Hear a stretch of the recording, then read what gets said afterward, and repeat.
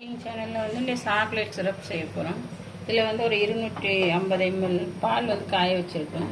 இதில் வந்து ஒரு 4 ஸ்பூன் வந்து கொக்கோ பவுடர் பாலில் கலப்பி வச்சுருக்கேன். வனிலா எசன்ஸு, சீனி வந்து காக்கலாம் 250 ml. சீனியை வந்து இந்த பாலோடு போட்டுக்கணும்.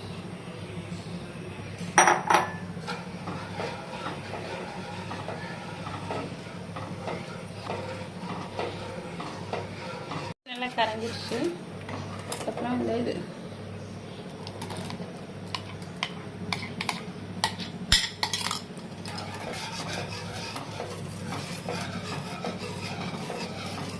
சிம்மில் விட்டு தான் இது பண்ணணும்.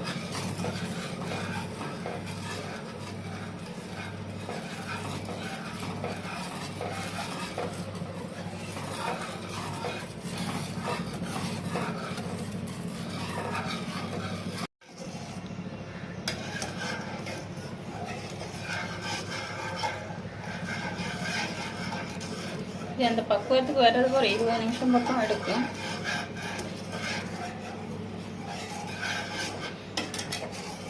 வனிலா எசன்ஸ் ஒரு 1/2 ஸ்பூன்.